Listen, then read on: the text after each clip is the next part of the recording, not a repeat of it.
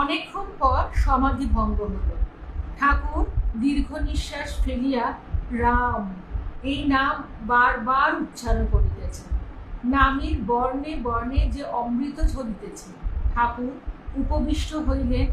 ভক্তেরা চতুর্দিকে বসিয়া এক দৃষ্টি দেখিতেছে। শ্রীরামকৃষ্ণ ভক্তদিগের প্রতি এই কথা বলছেন। অবতার যখন আসে সাধারণ লোকে জানতে পারে না, গোপনে আসে। 2-4 জন অন্তরঙ্গ ভক্তই শুধু জানতে পারে। রাম পূর্ণ ব্রহ্ম, পূর্ণ অবতার, এই কথা মাত্র 12 জন ঋষি কেবল জানত। অন্যান্য ঋষিরা বলেছিলেন, হে রাম, আমরা তোমাকে দশরথের বেটা বলেই জানি। সেই যে আগের পর্বে বলেছিলাম না, যে অবতার যখন আসেন তখন খুব কম লোক কিন্তু তার সঙ্গে থাকে।